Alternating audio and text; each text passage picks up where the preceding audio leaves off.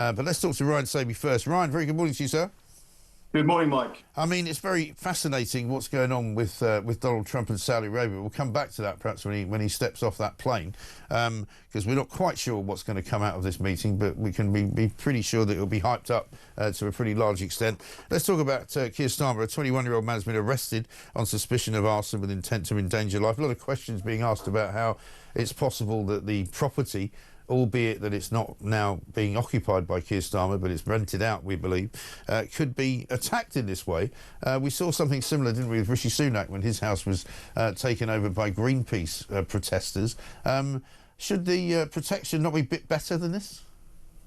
You would have thought so, and I think one of the questions that it raises, even if the principal character, whether it's Rishi Sunak, whether it's Sir Keir Starmer, aren't actually living there at the time, or they're in Downing Street, who is protecting their secondary property? There's no way that Sir Keir Starmer or any Prime Minister can live in the house that they've always lived in, or they've lived in for many years. They have to move out. They have to have the security within the confines of Downing Street. But you just wonder, we may not be asking for a police officer to be stationed outside that particular house 24 hours a day, but you do wonder whether there should be regular patrols, there should be CCTV, there should be systems set up so the police know exactly what's going on in those streets. But it does surprise me that someone can get so close to do what they did yesterday. And we hear this morning that a 21-year-old man has been arrested. But it takes you back to those scenes when Rishi Sunak wasn't in his house up in his Richmond constituency, and you know, those people on the roof.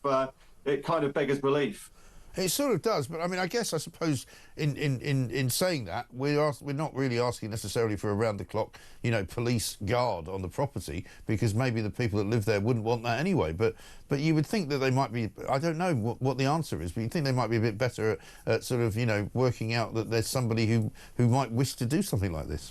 Yeah, no, the police will look at all of this very, very carefully. They'll be looking at the threat level at the particular time. So the fact that Sir Keir Starmer or other high-profile people aren't there, the threat level on those principles is obviously it's not there. But you just wonder whether there's a halfway house that can be arranged where those sort of properties are monitored, and there's panic alarms or buttons that can be pressed to actually get the police out there or the fire brigade out there as soon as possible. But it does seem strange that people can get so close and actually do that. Look at those pictures of Sir Keir Starmer's front door. They're pretty horrific, actually. Well, they are. Maybe a small fire or a firework being set off. It looked like the whole of that front door was charred. Yeah. Well, people have described, and we don't know for sure because nobody's actually said this, but people have described hearing breaking glass before the fire sort of started, which would suggest possibly somebody chucked maybe a Molotov cocktail at it. Yeah, I think we'll just have to wait and find out on that. That's entirely plausible. I think one of the problems, for Sir Keir when he was in opposition, he was outside that house most, once a week during the pandemic, clapping for the carers, those NHS workers that we all did. And people knew where he lived. They saw his front door. It was very completely obvious roughly where he lived. It's very. People know that he lives in North London. It doesn't take too much detective work to work out, where he lives. And that vivid front door, and people can work it out very, very quickly. Yes, indeed. Let's talk a bit about his speech yesterday. Obviously, we covered it here at the time, 8:30 yesterday, almost 24 hours ago. But an awful lot of disbelief, quite frankly, from all corners of the political spectrum, really, on what he had to say. Him saying, I believe this, I believe it now, that immigration needs to be curtailed in this country significantly, is his words.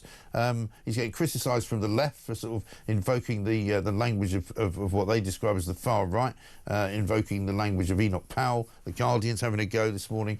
Meanwhile, nobody really believes that he wants to do this because he's never wanted to do it before. And in fact, quite the reverse. You can find plenty of pieces of footage of Keir Starmer saying the complete reverse, that we must welcome immigrants, that we must, promote the benefits of immigration because immigrants are what make Britain great.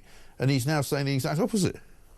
Yeah, I think one of the problems for all politicians is authenticity. I think if you have to be authentic, and the voters have to try and buy into to what you're selling. So if you have a politician one day saying, I believe in free movement, the next day or a few years later saying that we need to crack down on this, and the rhetoric is really, really strong. A lot of the voters left with their hands in the air, wondering what to believe. But the rhetoric was strong yesterday, talking about we're living in this island of strangers, and it's time to end this squalid chapter in our history. So Sir Keir has set out his stall. Let's judge him on the results, and him saying that he's going to reduce net migration by 100,000 people a year is a bold statement when it's been going up so much. Now, I think one of the problems is that those figures will continue to go up. They may just not go up as much as what they have done over recent years. So he's in a bit of a quandary, but he's got to show that results are happening and happening quickly. Yes. I mean, just looking at that double-page spread in The Sun, pages 6 and 7, where you show 7 boats arriving just in one day, many of them arriving while the Prime Minister was actually speaking. First one at 7:32 in the morning, last one at 2:51 in the afternoon, 500 plus, maybe as many as 600 plus coming in yesterday. And a very striking picture there as well of the 3 arrivals, 3 young men, impossible to say where they're from, but one of them putting up this sort of W for winner sign, and they will no doubt now have been whisked away to a hotel somewhere where they'll be living a reasonably nice lifestyle. And Nigel Farage with a piece in the paper saying he saw a group of fighting-age men clad in Palestinian face coverings posting a video on TikTok as they attempted to enter Britain illegally by boat. And of course, your story describes how they were taken from the boats, basically put into to coaches and shuffled off to various hotels around the country. Yeah, and I think that this is the trouble for Sir Keir. What he's trying to crack down on legal migration on one hand, and on the other hand, exactly the moment he's making that speech and throughout the day, he's got the big issue of illegal migration. The trouble is the two just marry up in some way, and people just look at what's happening with those small boat crossings and those hundreds and hundreds who are coming over every single day. And we've had 12,000 so far this year.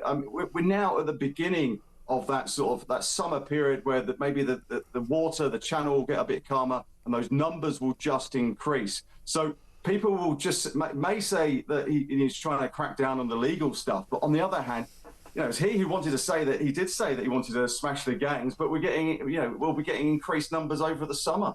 Yeah, exactly right. We're just watching pictures there, by the way, Ryan, to your right, of the Crown Prince of Saudi Arabia, Mohammed bin Salman, meeting Donald Trump, greeting him as he walks off the Air Force One plane into Riyadh in Saudi Arabia. Obviously, a very significant trip for Donald Trump.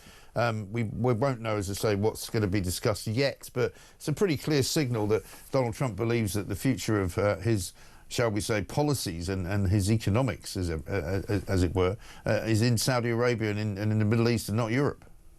Yeah, no, big sort of major summits and meetings in the Middle East for Donald Trump. Now, he has, engaged with other political leaders, obviously, around the world. Sir Keir Starmer has been to the White House, so we are on the radar. But it's interesting that direction of travel is towards Saudi Arabia, the Middle East. And one other thing to bear in mind, I think Donald Trump was saying yesterday that he wouldn't actually mind dropping in on the talks between Zelensky and Putin if they happen on Thursday. So this is the guy who is just getting in the absolute middle of all these world disputes to try and solve them.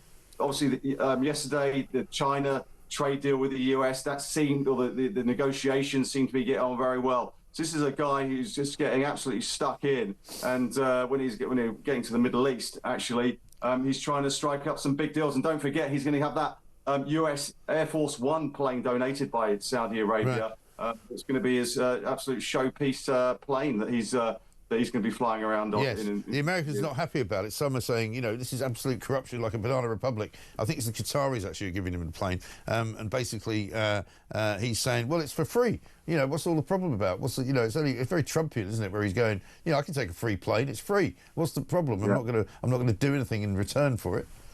Yeah, I think the fact that he said that he's going to give it to the presidential library doesn't hold much water with a lot of those critics who we've been hearing from Congress. They talk of a mass conflict of interest, that he was getting this plane for free. I mean, on the scale Looks of amazing, doesn't it? yeah, I mean, on the scale of Sir Keir Starmer getting a free pair of glasses from Lord Ali, some would question that. And you can imagine him taking it with him, can't you? And, when he leaves after 4 years in the White House, he'll just get on the plane, fly down to Florida, and never see it again. Yeah, exactly. It'd be interesting to see that. But Donald Trump is. Let's see the devil in the detail on any sort of trade deals between US, but Donald Trump is seeing that as a vast resource of wealth and inward investment. Yeah, for sure. Just one final one, a little interesting story internecine kind of war going on in the Labour Party. Ed Miliband's wife apparently is objecting to a new block of houses being built near her house, where she shares with, not a million miles away from Keir Starmer's house, by the way, in northwest London. Angela Rayner, of course, pushing for more houses to be built, but it's the usual NIMBY lot in northwest London in the guise of Mrs Miliband, who's a High Court judge, apparently. So she doesn't want it. Yeah, it's not very happy. It's one thing they're proposing, builders and planners, is a 5-storey sort of tower block. Now, I suppose it's fine when it's not happening near you, but if you're a High Court judge and you're not particularly happy with people maybe looking into your garden, or it's a bit of an eyesore and it may drive down property prices, you're probably going to be the first person in line to actually complain about it. And I think there's a few Hollywood actors or a few stars in there as well. Yeah, Benedict Cumberbatch is in there as well, apparently. Yeah, he's also put a complaint in. So let's see where that one goes. But with the government trying to build 300,000 homes every single year, this one may get the green light. Yeah, you've got to love the old NIMBY champagne socialists, haven't you? Absolutely. You can't be relied upon for anything, really. Good to talk to you. Ryan Sabey, thank you very much indeed. Deputy Police Editor at The Sun.